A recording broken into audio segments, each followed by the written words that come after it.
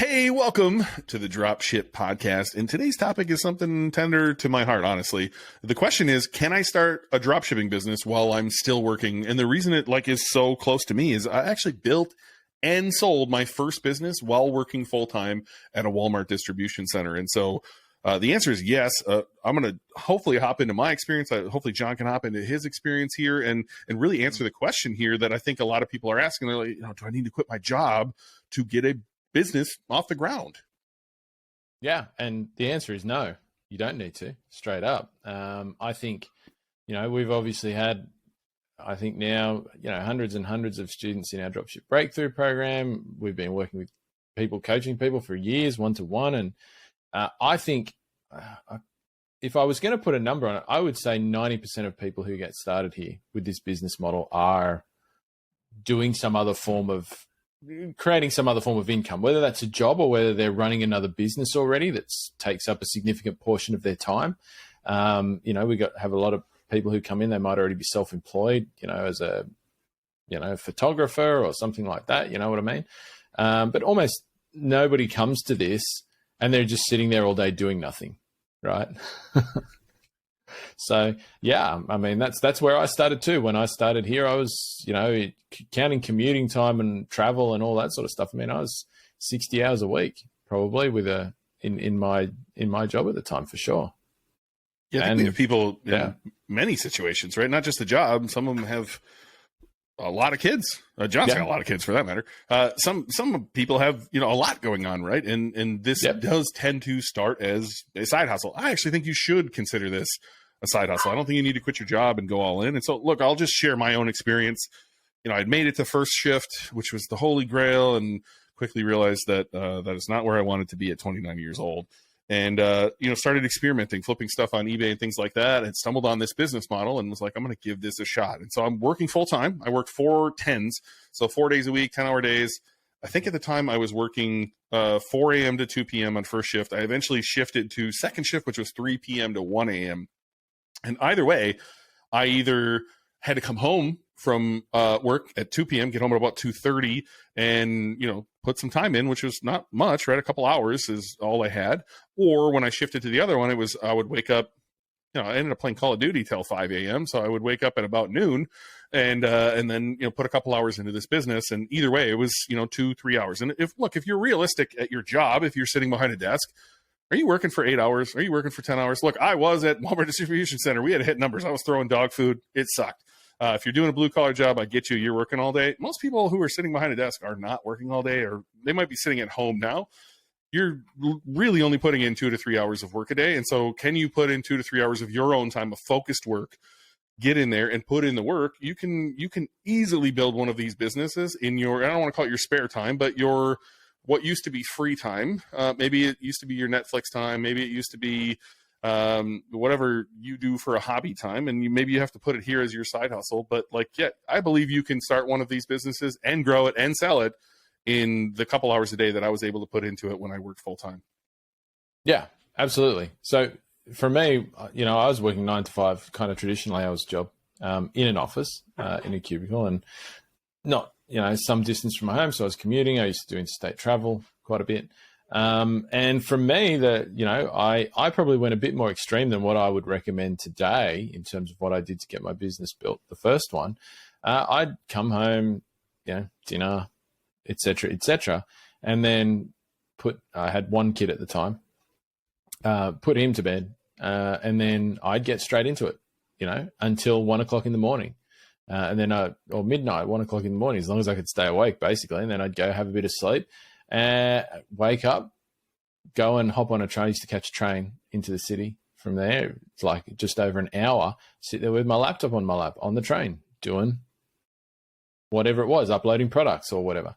And I did that every single day, nearly. And so that's how I got my first business. I just did it consistently every single day. That's how I got my first business set up.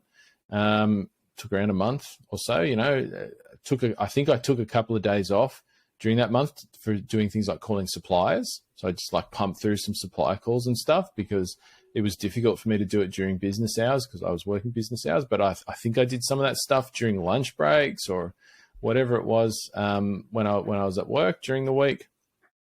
And that's how I got started. And then I continued to run that business while I was still working for,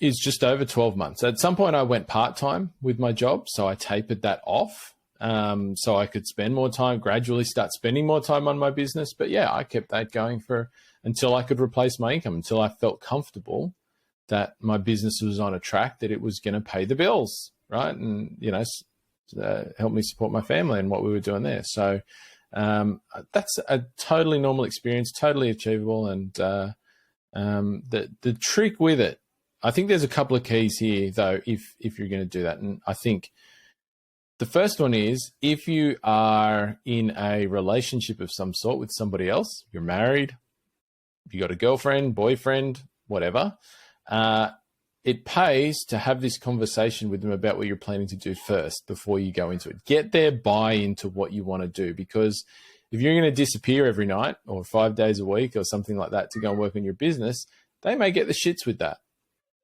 There have been various times in my entrepreneurial journey where I just get sucked into businesses because I love it so much, right? And I will spend all of my spare time I don't try not to do this anymore because it's bad for your health in the long term, but I would spend every minute I could working on my businesses, and my wife used to get the shits with that. I love Kat. She's great. She's very supportive, but she used to get the shits with that past a certain point. And so, I had to manage that and manage myself and what I was doing and all of that sort of thing. So I do think it helps. Don't just go and start a business and then tell them later that you're disappearing every night to go and do this thing, because you've got other things going on in your life, and it's important to maintain those as well. This should never be the be all and end all of your existence, which is a trap that you can fall into. So that's the first thing I'd say. The second thing I would say is, when you're doing something as a side hustle, I think we've talked about this so many times, but I think it is incredibly important. Like, consistency is very important, right? And feeling a sense of momentum, which you only get from consistency. So if you're like, I only got an hour or two a day, right? Which is not a long time, but it's enough. I think the average person who works with us to build their business is probably a couple of hours a day on average, right? That's not a lot of time, but it's enough time. But it's only enough time if you're doing it consistently, because it's a shorter amount of time.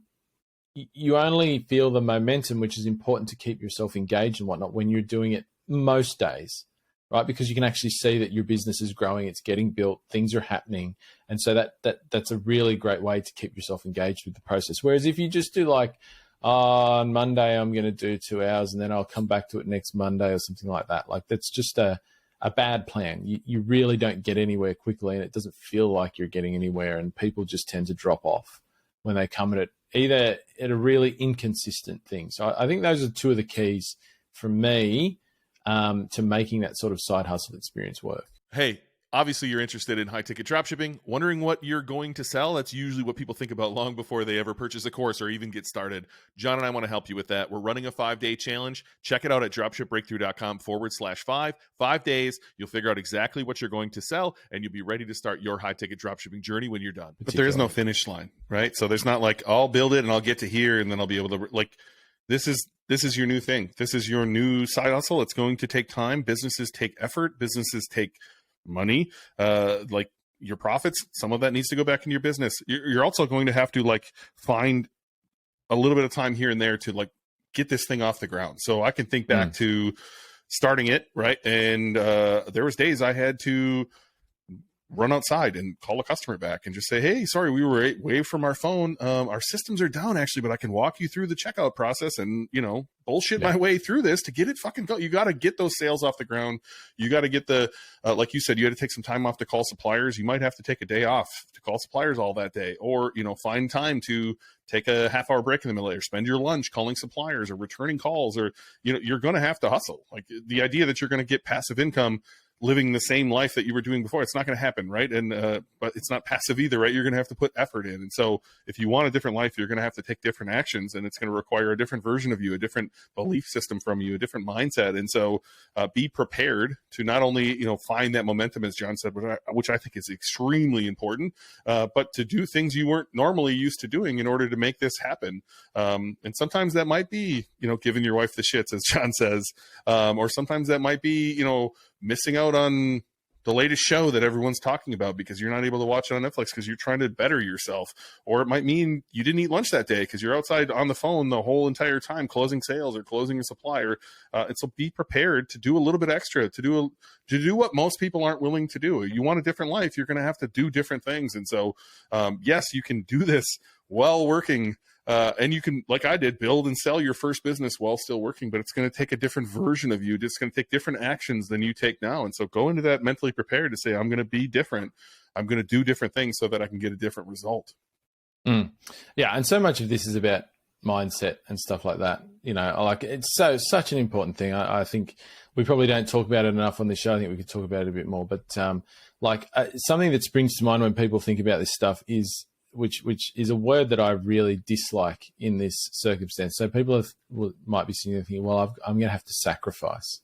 I'm going to have to give up things in order to make this work, which is true. Absolutely. You're going to have to, you shouldn't give everything up. You're going to have to give up some things, but don't use the word sacrifice in your mind, right?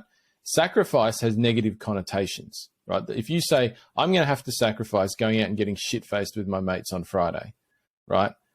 Implies you're losing something in order to build your business. Be really clear about it. In 10 years' time, you're not going to wake up a millionaire because you got shit-faced with your mates every Friday night. You're not giving anything up here. You're doing something better. Building a business is better for you than going out and partying with your mates or doing some other version of that. Sitting there watching Netflix and shoving fucking snacks in your face at 8 o'clock at night, which is just going to make you fucking fat. Right? If that offends you, fuck off. It's true, right? Science says it's true. So you're not sacrificing anything here, right? You're doing something better for yourself, for your family, for your life. So there's no sacrifice, but yes, you're going to stop doing some things. Like if you really want to do this, you've got to stop doing some things you're currently doing. If you're not okay with that, then once again, that's something you've got to check in with yourself as to why that is. Because until you can get over that hurdle, this is not going to work particularly well for you. And there's times to sprint and there's times to slow down a little bit, and that's going to happen, right? Yeah. In the beginning, you might have to go a little harder, get the products up, get the suppliers up. Like right now, we're building out our live event this July in Minneapolis. By the way, you need to be a student. If you want to get in our course, so you can come to our live event in Minneapolis. We'd love to have you there. But I'm building that out, and that's taking a little bit more time than I'm used to taking. I'm having to go into Minneapolis and tour hotels and have dinner with potential speakers. And, I got to sprint a little harder here, and that's fine. Once the event's over, I'll be able to, take a step back for a couple of days, hopefully, and recoup if Jon doesn't say, hey, let's do a bunch of stuff while I'm in the U.S. But, you're going to have to sprint in your business too. And then, there'll be times where you can relax. Like that's the beauty of having your business. I can step away. Earlier this week, I had to just leave midday and go to the courthouse so that we could get passports for our kids, right? Like that's hard to do at a 9 to 5, but I'm able to do that by owning a business. And there's so many more perks by owning a business than you'll ever get, as Jon said, out at the bar with your buddies getting wasted. So take action. That's we're going to say this every time. I think ending every episode is just get started. Don't let any of these things that are in your head hold you back from ever getting started.